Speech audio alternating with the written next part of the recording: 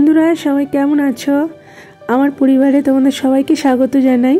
আর আমার গলার পরিস্থিতি ভীষণই খারাপ, আজকে শুনতে হয়তো কথাগুলো একটু খারাপ লাগবে। ভীষণ ঠান্ডা লেগে গেছে এবং একটু ঠান্ডা জ্বরের জন্য প্যারাসিটামল খেয়েছি, এবং যার ফলেই যেটা হয় গলা বসে যাওয়া, কাশি, গলা থেকে স্বর না বের হয়। এবং এই পরিস্থিতিতে আমি এসিতে ছিলাম, ঘুমিয়েছি, এবং যেটা কারণে আরও বেশি ব্যাপারটা বেড়ে গেছে। তো এইটুকু যে কথা বলতে পারছি এটাই অনেক।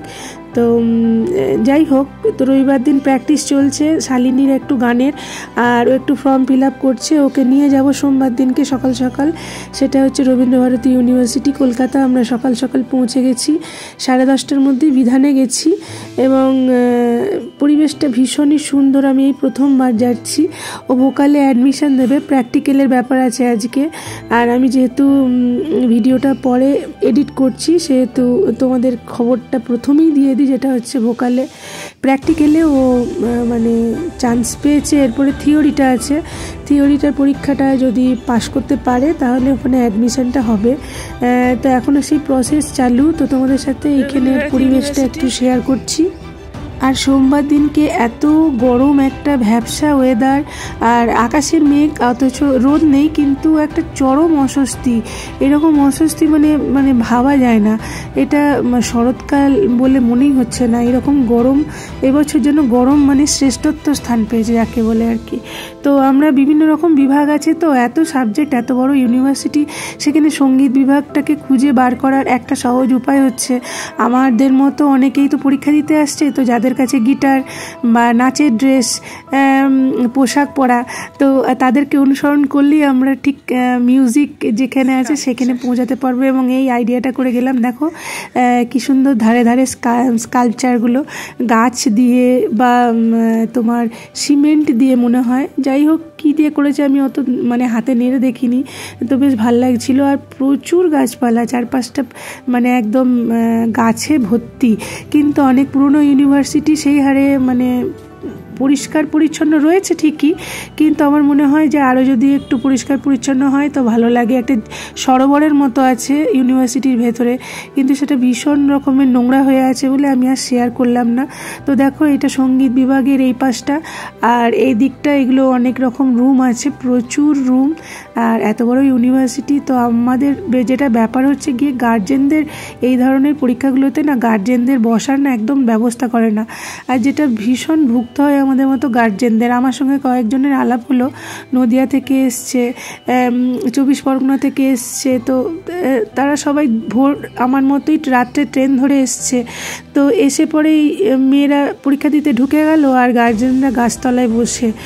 তো এটা ভীষণ খারাপ লাগে। এটা ইউনিভার্সিটির এগুলো খেয়াল রাখা দরকার, যে গার্জেনরা যে আসে তারা কোথায় বসবে। তো যাই হোক, এই একটা প্রশ্ন হলো, পরীক্ষা দেওয়া হয়েছে, এবং পরীক্ষা দেওয়ার পর যেটা হচ্ছে খাওয়া দাওয়ার ব্যাপার। ওখানে ক্যান্টিনে গেলাম, ক্যান্টিনে ভাত নেই।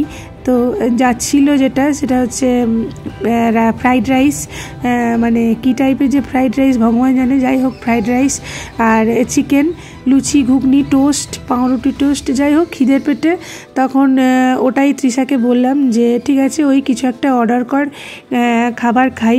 আর তৃষারও কিছুদিন ধরে একটা পেটের সমস্যা চলছে, যে সেই জন্য বাইরের খাবারটাকে অ্যাভয়েড করাই ভালো।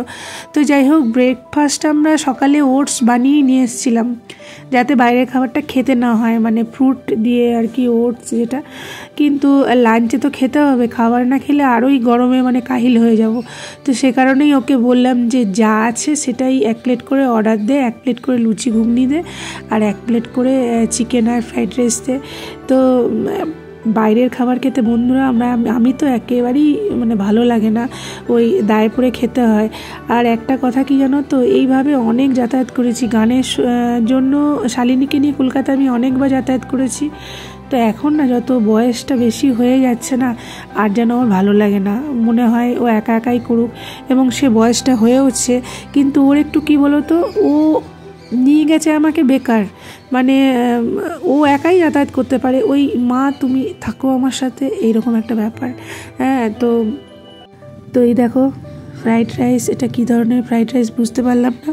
আর চিকেনও সেই রকম, যাই হোক খিদের পেটে যা পাওয়া যায় সেটাই অমৃত, এবং সেটা অমৃত ভেবেই খাওয়া উচিত।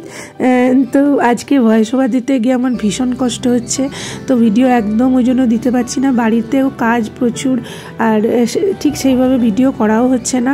তো যেভাবে আমরা মেট্রো করে গেছি, দুবার মেট্রো চেঞ্জ করে তারপরে বাস 10 মিনিট মতো বাস, তারপরে ইউনিভার্সিটি একদম রোডের ওপরেই বাসে নামিয়ে দিল। তো খুব যাওয়া আসার ভীষণ সুবিধা। তো এখন দেখা যাক হয় কি না, হলে পরে খুব ভালোই হয়। যদিও আমার খুব একটা ইচ্ছে ছিল না যে মিউজিকে মাস্টার্স করুক, আমার ইচ্ছা ছিল যে ইকোনমিক্সেই করুক, এবার ওদের যেটা ভালো বুঝবে সেটাতেই করবে।